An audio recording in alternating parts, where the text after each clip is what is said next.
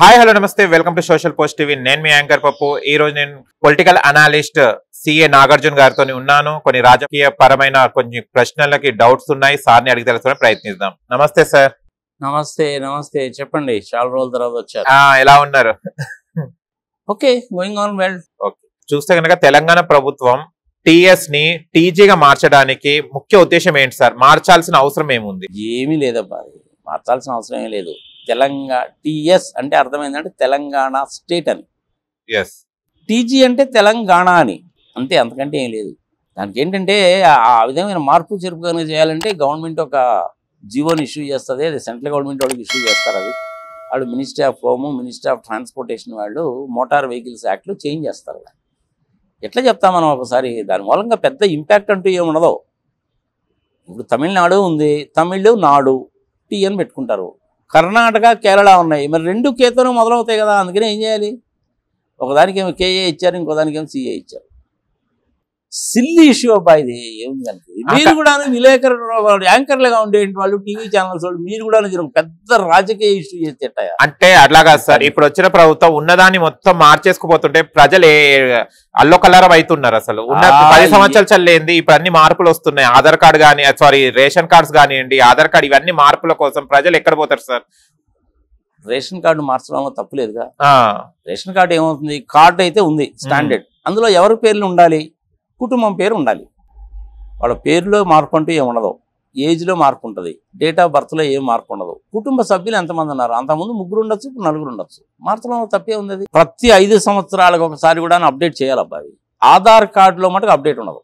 At the most Aadhaar కార్డులో ఏం change అవుతుందంటే అడ్రస్ చేంజ్ అవుతుంది. కానీ ఓట్లు వేసేటప్పుడేమో ఎలాంటి రిస్ట్రిక్షన్స్ ఉండవు, పథకాలు ఇచ్చేటప్పుడేమో 100 రిస్ట్రిక్షన్స్ పెడుతున్నారు. ప్రజలని అల్లకల్లంగా చేస్తుంది ప్రభుత్వం. ఏమంటారు?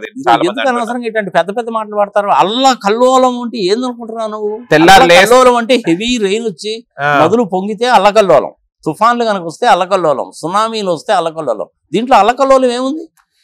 నీ ఆధార్ కార్డులో ఏం మార్చడం లేదు కదా. ఒకవేళ నువ్వు మార్చాలనుకుంటే అడ్రస్ ఒకటి మార్చుకో, చెప్పు, చేస్తారు.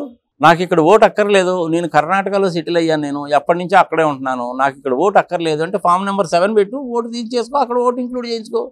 చిన్న చిన్న విషయాలు కదబ్బా ఇవన్నీ కూడా ఆన్లైన్లో జరిగేటువంటిది.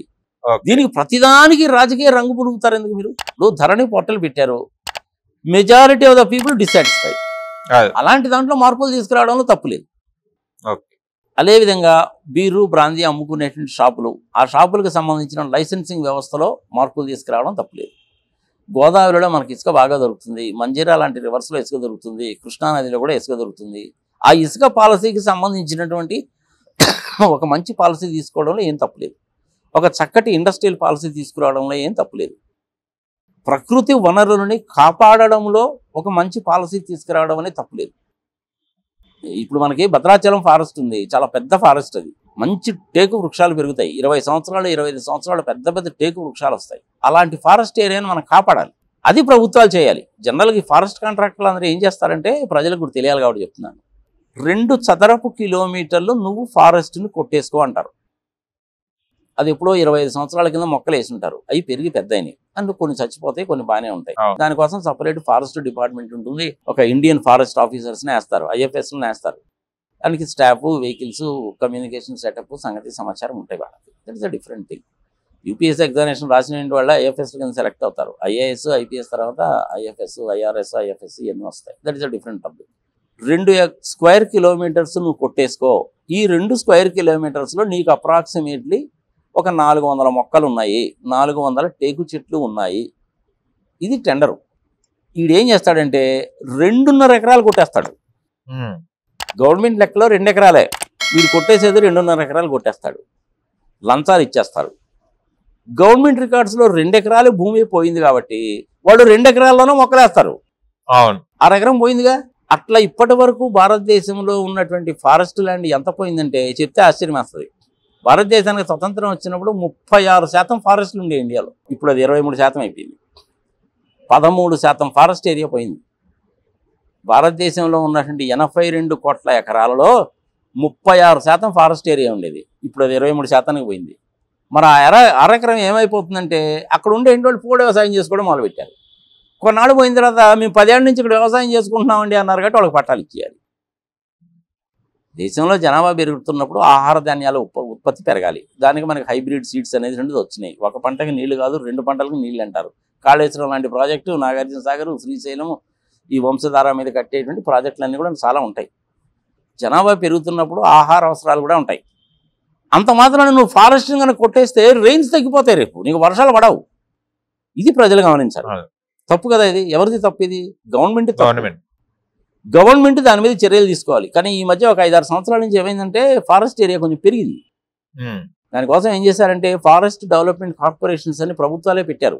కొంతమంది వాలంటరీగా ముందుకు వచ్చి గవర్నమెంట్ దగ్గర నుంచి ఒక 100 ఎకరాలు 2 ఎకరాలు తీసుకొని వాళ్ళే ఫారెస్ట్ డెవలప్ చేస్తున్నారు. దాంతో కొంచెం ఫారెస్ట్ ఏరియా పెరిగింది. ఇది మంచి ఇదే. అమెజాన్ ఫారెస్ట్ ఉంది కాబట్టి నిజంగా ప్రపంచం బతికిపోతుంది. కానీ ఆ అమెజాన్ ఫారెస్ట్ కనుక లేకపోతే మనకు పీల్చుకోవడానికి గాలి కూడా అంతంత మాత్రంగానే ఉంటుంది తెలుసా. అమెజాన్ ఫారెస్ట్ అనేది చాలా పెద్ద ఫారెస్ట్. అది దాన్ని అసలు యాక్చువల్గా రెయిన్ ఫారెస్ట్ అంటారు దాన్ని. ఇక దాని వింతలు విశేషాల గురించి చెప్పుకోవాలంటే దట్ ఇస్ పెద్ద ఇదనుకో, వదిలే దాని గురించి. మన ఎంటైర్ భూగోళానికి 20% ఆక్సిజన్ ఒక్క అమెజాన్ ఫారెస్ట్ నుంచే వస్తుంది. కానీ ఫారెస్ట్లో మనకు మొక్కలు అలా కొట్టేవి.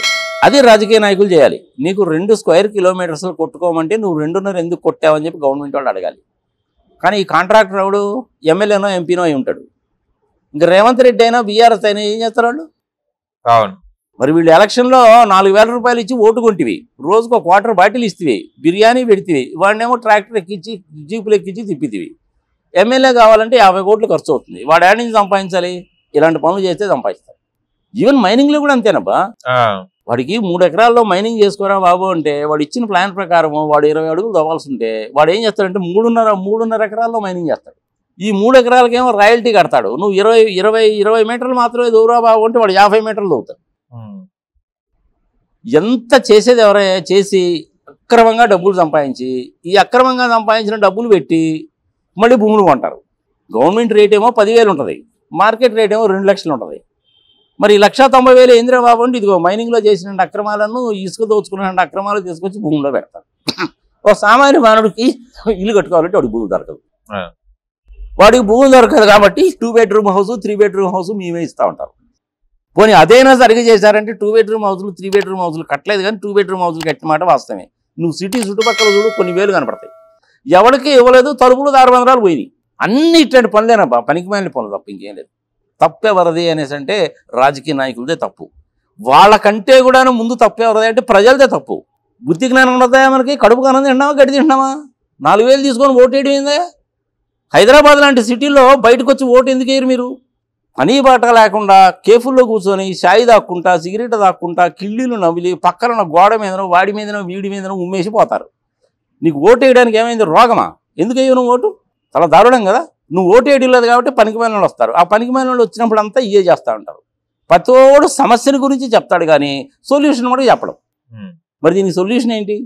డబ్బులు తీసుకోకుండా నువ్వు ఓటేయి, పద్ధతిగా ఓటేయి. ఈసారి అంటే 2024లో వదిలేద్దాం బా. 2029 ఎలక్షన్లు వచ్చేసరికి నువ్వు ఇంటి దగ్గర నుంచే కూర్చొని ఓటేయచ్చు. It is possible. వస్తుంది, అది వస్తుంది. Thank you sir. చూశారు కదా ఫ్రెండ్స్, మీకు కనుక మా వీడియో నచ్చి లైక్ చేయండి, షేర్ చేయండి, కామెంట్ చేయండి, సబ్స్క్రైబ్ ఛానల్ అక్కడ గంట సింబల్ టంగున కొట్టండి. నేను మీ యాంకర్